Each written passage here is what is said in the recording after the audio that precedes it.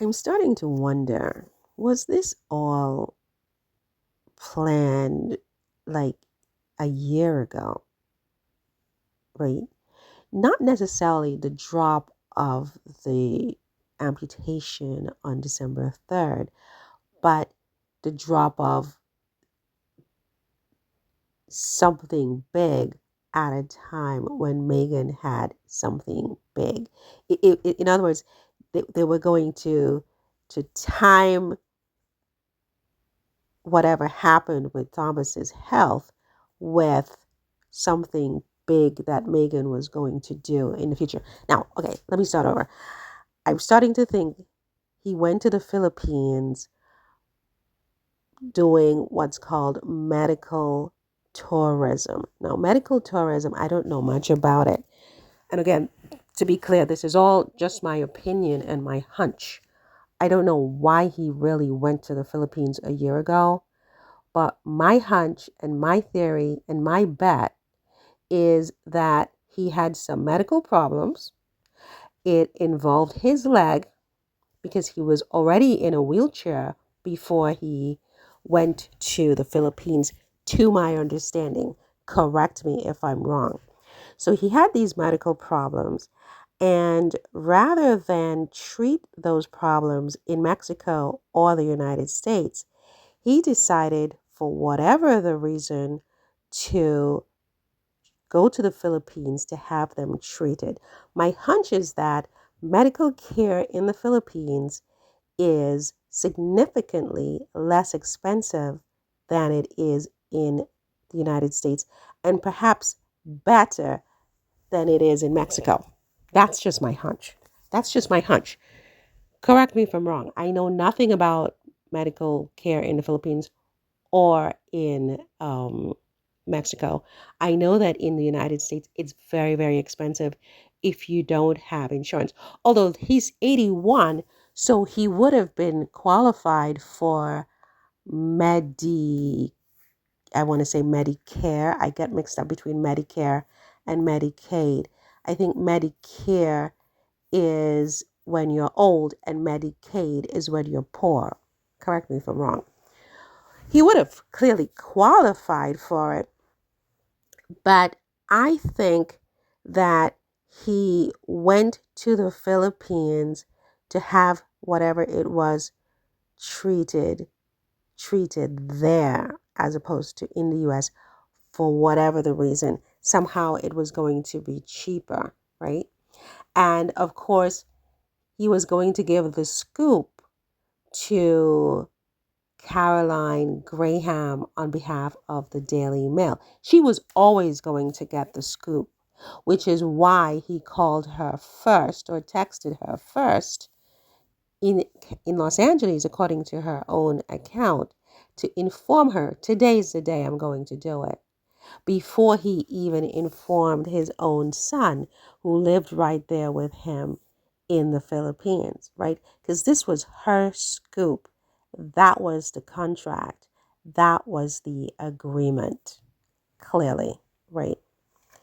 Now, so he goes down to the Philippines and he's had this leg issue, I think, for a while. This is not an emergency. This is something that had been happening before he even went to the Philippines, in my opinion. This is my opinion, and I'm sticking to it, right? So all along, he's been seeing whatever doctors he's been seeing and whatever. And then Meghan announces a month or two ago that, there's going to be a Christmas special, maybe even longer than a month. So I think they held on to whatever he was going to do about it to coincide with Meghan's show. This is my opinion. Only God could tell me that I'm wrong, right? They did it to coincide with the show. So when he texted Caroline Graham, who is basically sleeping with the enemy, no, that's not even it. I mean, what's the expression? Well, she's in bed with him in some way. She says that he's like a father figure to her. So it's kind of like this incestuous feel in that case. But I mean, apparently she was living with him in Mexico. It is alleged.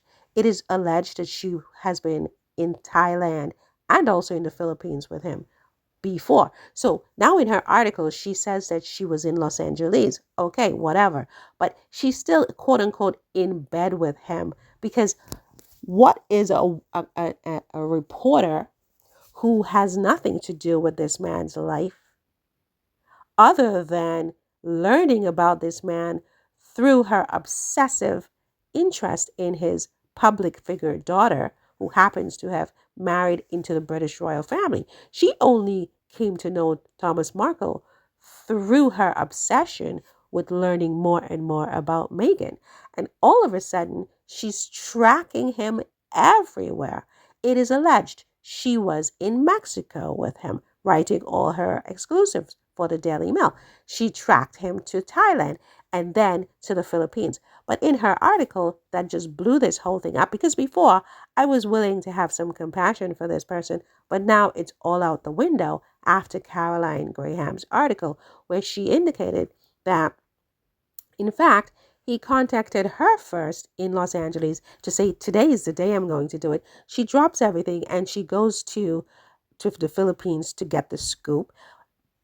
She informs his son, who lives right in the house where he was supposed to be having this big emergency, that today is the day he's going to chop his foot. So the son, who immediately went on YouTube to create a clickbait video about Meghan, saying that it's all Meghan's fault, didn't even know that this huge big emergency was going on until somebody in Los Angeles, 22 hours away, informed him of what was happening in the very house in which he lives. And in his video on YouTube, he's like, oh, I look like the devil because I've had such a harrowing time trying to get help for my father in this emergency, when in fact there really was no emergency.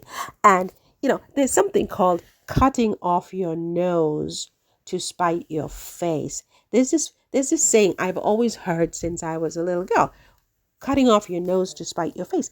I think I only now understand what that means, is that there are people who are willing to go to any lengths to spite someone else, to get at someone else, including maim themselves, cut parts of their own body to get to someone else. Now, it is my opinion that this amputation is suspect.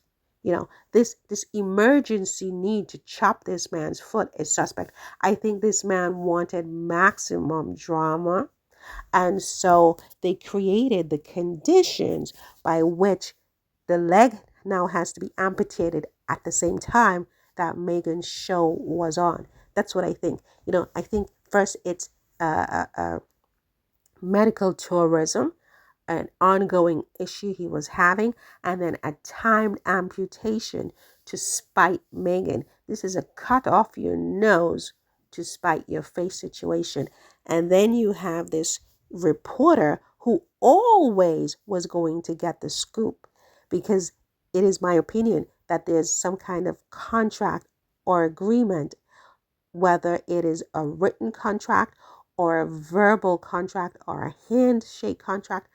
I don't know, but there is some kind of agreement that she was going to get the scoop. She was going to break the story for the Daily Mail. This was always the plan, and it was in place for months, And they dropped this to try to spite Meghan, to manipulate her, and to try to make her look bad and ruin her Christmas. That is what they tried to do here. No, it's interesting because the more I listen to different people from different, publications, all of whom have always hated Meghan, the more I hear more and more of them are siding with Meghan about this and going against the Daily Mail and Caroline Graham and the whole and Thomas Markle Jr. and the whole lot of them. They did not think that those types of people would react the way they're reacting. Sure, the Sussex Squad and the usual suspects are like up in arms, like this is a setup. This is sabotage. You did this on purpose. You planned this to coincide with Meghan's show. But more and more people are saying that it is absolutely deplorable and disgraceful what the Daily Mail and Caroline Graham did, to the point that apparently the Daily Mail has come out in defense saying, oh, we didn't set this up. We didn't puppeteer him. He is the one who told us to put these pictures in the paper. He's the one who called Caroline in Los Angeles. He's the one who did this, and he's the one who did that, because they know that what this whole story stinks, right? But again, I feel like this whole thing started as medical tourism. Why this guy would need to go to the Philippines because he has Medicare, right, in the United States. I don't know, but I believe it started with medical tourism. That's my opinion. And I think the plot evolved. I don't think he went to the Philippines and said, okay, I'm going to amputate my foot on December 3rd. No, I think the plot evolved as he got there, as things developed over the months, and he saw what was happening with the body and the leg and whatever. And, of course, always with an eye on Meghan, watching Meghan, listening to Meghan, seeing what she's doing, looking for the opportunity, looking for the right moment to drop whatever they're going to drop. And then once she did the Netflix show, and months ago, we didn't know it was December 3rd, but we knew that there was a Christmas special coming in December. We knew that for months, right? So I think the plot was just continuing to evolve behind the scenes of what can they do, what can they drop, how can they maximize whatever he's doing in the Philippines and how he looks in the Philippines versus what Meghan is doing and how she looks with her show and all her beautiful, wonderful luxe life, right? And so as it evolved, the leg probably continued to atrophy, and he made the decision, you know what, I'm going to cut it off because it coincides now with something big that Meghan is doing. It's like, Merry Christmas, Meghan, you terrible daughter who never called me. I'm going to chop my foot.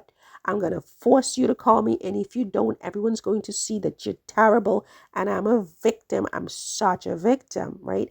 And I think that's exactly what happened here, starting with medical tourism. Now, again, all of this is my opinion.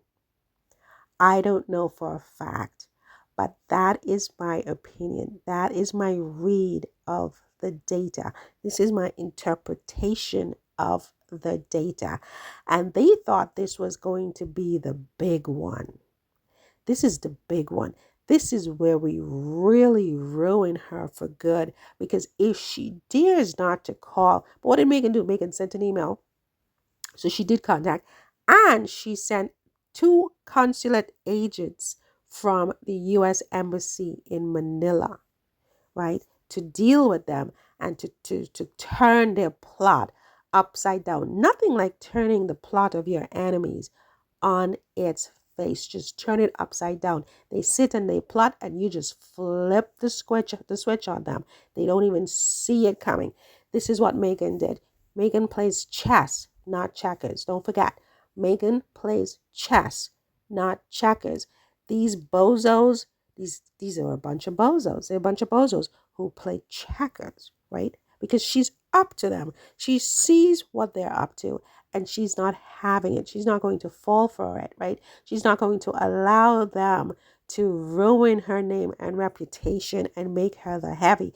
And furthermore, he is a grown adult. Why is he not taking better care of his own health so that he's now in a position? Look at him. You can see that he doesn't exercise. He has enough money to get a personal trainer or a nutritionist, whatever. He has a guardian, his son Thomas Markle Jr. Why isn't he taking better care of his father?